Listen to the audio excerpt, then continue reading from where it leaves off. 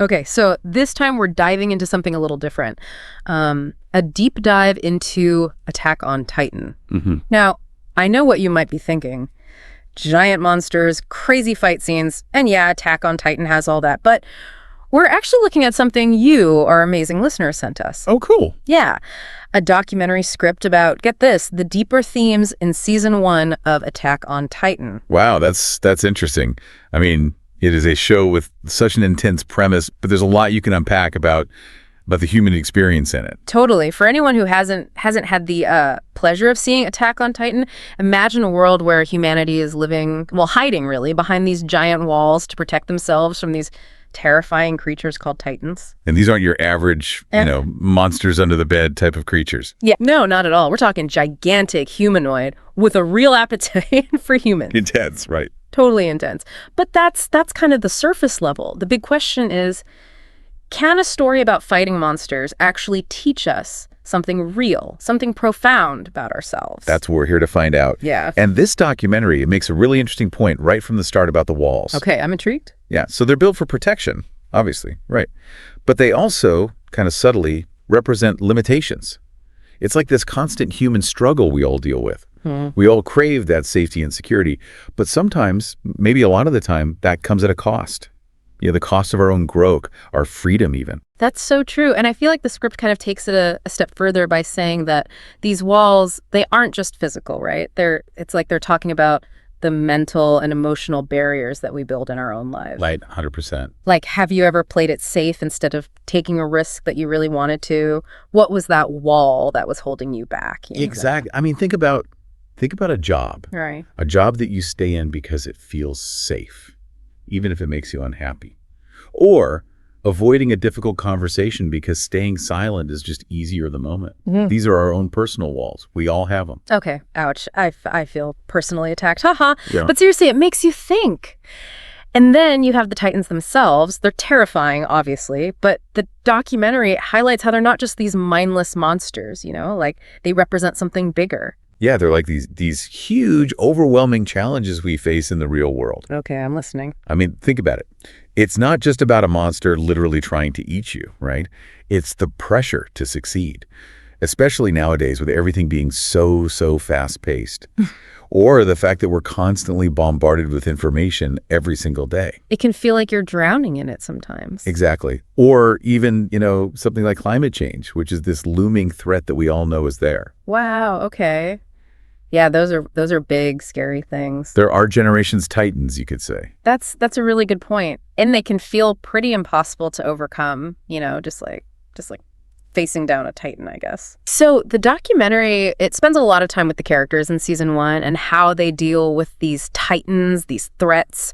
So let's start with the main character, Eren Yeager. Oh, Eren. Yeah, he's pretty much driven by rage and this single-minded desire to just wipe out every single Titan. Yeah, Eren's a trip. It's easy to write him off as just a stereotypical angry teenager. Which, to be fair, he kind of is. He is, but I think, and the documentary makes this case too, there's more to his anger than just, typical teenage angst. His rage, yeah, even if it's like a little misdirected sometimes, it comes from this really human place of like wanting to fight back against injustice. He refuses to be a victim. And I think that's something we can all relate to on some level, right? Totally. Have you ever felt that, I don't know, that fire in your gut, that burning sense of like, no, this isn't right? Oh, yeah, for sure. Eren's whole journey, well, at least in season 1, it's kind of about learning how to channel that energy, that anger, in a way that actually makes a difference. It's like that saying, be the change you want to see in the world, but with a lot more, giant monster fighting. Okay, that was cheesy, I admit it. Yeah. But on a more serious note, the documentary also spends some time with Masassa. Masassa. Now she's interested. She really is.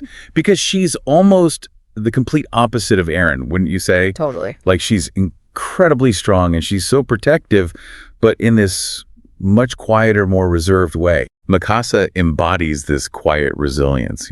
The documentary actually describes her as like the embodiment of survival, but not just physically.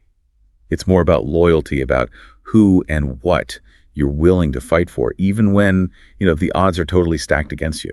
See, that makes me think about those people in my own life, the ones who give you that kind of strength, the ones who are always there for you no matter what. Who are the Masassas in your world? I like that. And speaking of different kinds of strength, we can't forget Armin. He's not exactly out there on the front lines brawling with titans. No, definitely not. But his mind is a weapon. 100%. And the documentary really highlights how Armin's intelligence and his strategic thinking, they're just as important as physical strength, especially in this world where everyone is so obsessed with power. Like, it's a good reminder that you don't always have to be the loudest voice in the room to make a difference. Sometimes it's about thinking things through, really strategizing, choosing your battles. That can be the most powerful thing. Love that. Armin's like the ultimate chess player in a world of brute force. Totally. But kind of getting back to the bigger picture for a second, the documentary, it also digs into some of the major events that happened in season 1, specifically the fall of Wall Maria. Right. And this isn't just some random plot point either. It's like a metaphor for how fragile our own sense of security can really be. Exactly. It's this stark reminder that sometimes those things we rely on, the things that give us comfort and stability, they could just crumble around us. But, and I think this is really interesting, the documentary makes the case that it's actually in those moments of upheaval and loss, that we're kind of forced to grow, to adapt, to discover this inner strength we never even knew we had. Right. Like those characters, they go through something truly awful, but they're forced to confront their fears head on. And in the process, they learn how to survive. It makes you think, about those times in your own life where everything changed.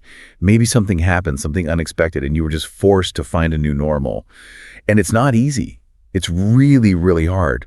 But it's often in those really tough moments that we discover what we're truly capable of. It's like Attack on Titan takes this horrible event, the fall of Wall Maria, and it uses it to talk about even bigger things. Like, what does it mean to be resilient? What does it mean to have hope when everything seems lost? It's a pretty classic storytelling tool when you think about it.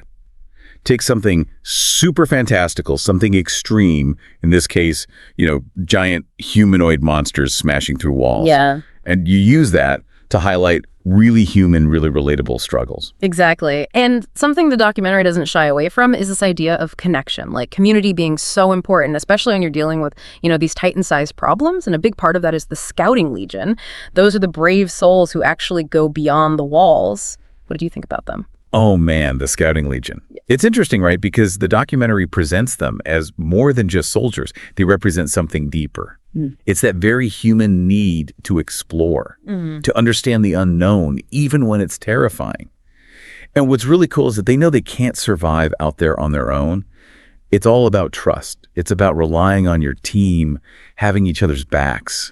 And sometimes, the bravest thing you can do is admit you need help. Ask for it.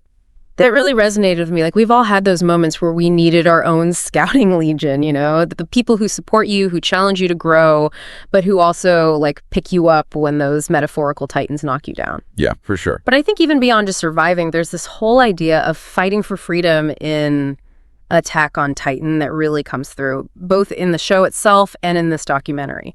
It's interesting how they portray freedom, because the Titans, they kind of represent anything that holds us back in a way. Fear, what society expects of us, even just our own self-doubt. There are these massive obstacles. But what the show does so well, I think, is remind us that we have a choice. We can let those things control us, or we can fight back. We can carve our own path. It's that feeling when you break free from something that's been holding you back, right? Whether it's a belief you have about yourself or a situation that's no longer good for you. It's powerful stuff. Absolutely. So after really diving deep into this documentary, would you say Attack on Titan lives up to all the hype? Is it more than just an action-packed anime? I think so, yeah. The action, the spectacle of it all is a huge part of why people love it. But I think what makes Attack on Titan truly special, what makes it stand out, is how it isn't afraid to ask the big questions. What does it mean to be human? What are we willing to fight for? And it doesn't give you easy answers. It makes you think. So well said. And this documentary, it's given us a lot to think about, even beyond the world of Attack on Titan. I think it's a good reminder that even in the most fantastical stories, we can find little pieces of our own lives, our own experiences. Totally. And that's what makes stories so powerful. They take us to these incredible places, but they also remind us of the things we all share. Well, that about wraps up our deep dive into Attack on Titan. A huge thank you to the listener who sent in that thought-provoking documentary. It was amazing. And to everyone listening, remember, whether you're battling giant monsters or just everyday life, there's a strength inside you that can overcome anything. So until next time, keep exploring, keep asking questions, and keep diving deep. Now that if you had enjoyed the video, make sure to subscribe and hit the bell icon. Thanks for watching.